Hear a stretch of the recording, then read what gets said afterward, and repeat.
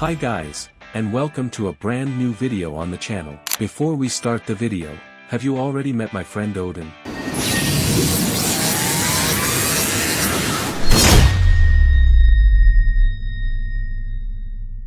Today, we're going to take a look at how to farm Marduk in 2026, quickly, efficiently, and consistently.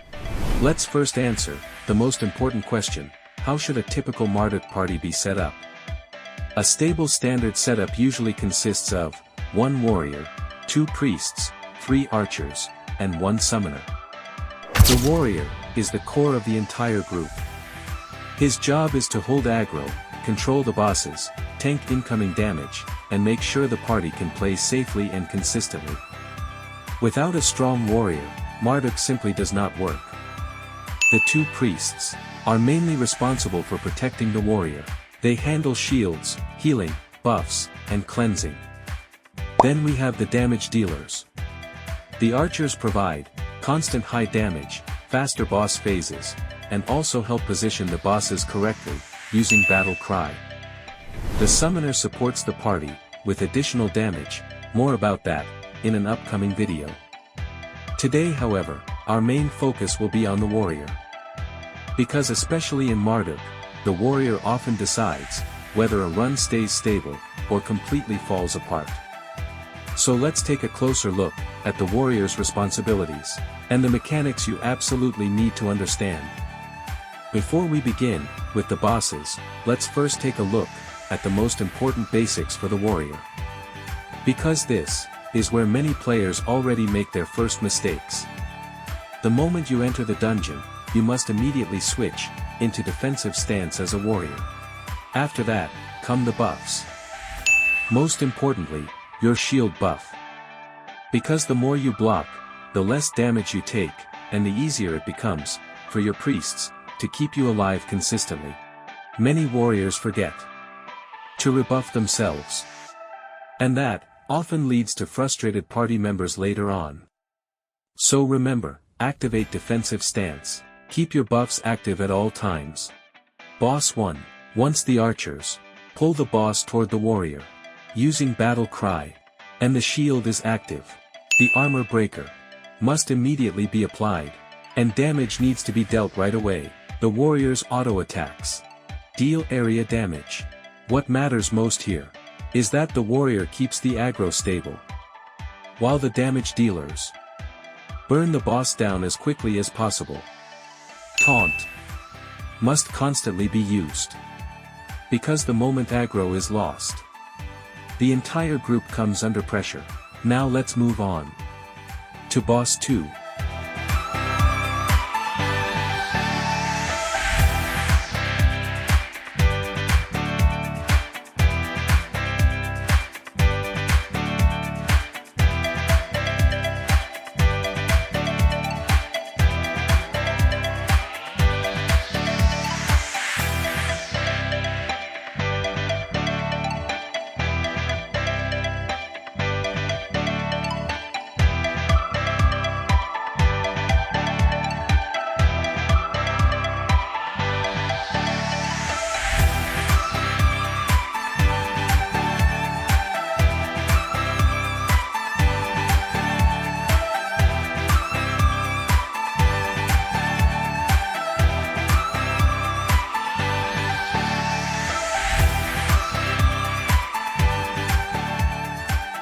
Be careful. This boss applies armor breakers and additional debuffs himself, which means the warrior has to play extremely carefully. The moment you receive the debuff, you must immediately rebuff yourself. Because if you react too slowly, the incoming damage becomes deadly very quickly. And of course, the same rule still applies. Once the shield is active, the armor breaker must immediately be applied, and damage needs to be dealt. The warrior's auto attacks deal area damage. Taunt must always be used whenever the skill is available. Boss 3. This boss has 2 phases. Phase 1, as soon as the fight begins, the armor breaker must be applied immediately. During Phase 2, the warrior receives the shield from the priest. And only then should the armor breaker be applied again? Not before. Because without the shield, the incoming damage quickly becomes too high.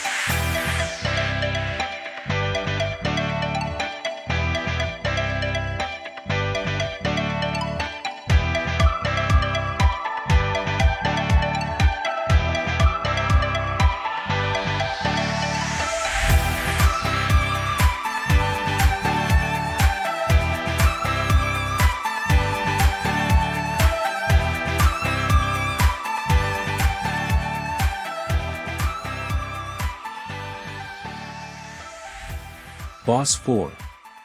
Basically, this boss works the same way. Phase 1, apply the armor breaker immediately, when the fight starts. Phase 2, first the shield. Then the armor breaker. And once again, the warrior must keep the aggro stable at all times, so the group can deal damage safely.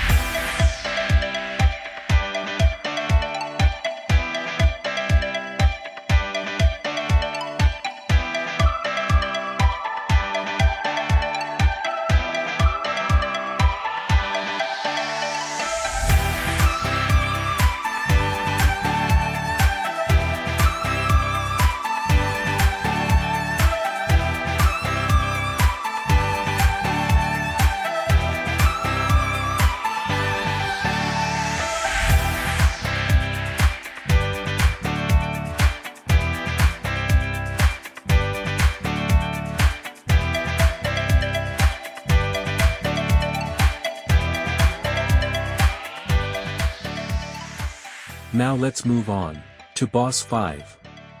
This boss can also apply debuffs.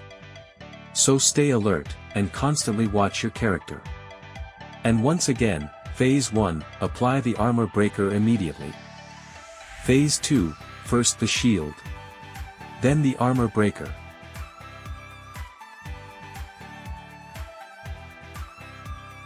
And finally, Marduk himself. This is where things become much more chaotic. Whenever the armor breaker is available, it must immediately be applied to the boss. At the same time, you must never stop using taunt. Because especially during Marduk, Aggro Control often decides between life and death. The warrior controls the fight. The warrior holds the front line. And the warrior ensures that the group can play safely and consistently. Because without a strong warrior, Marduk cannot be defeated.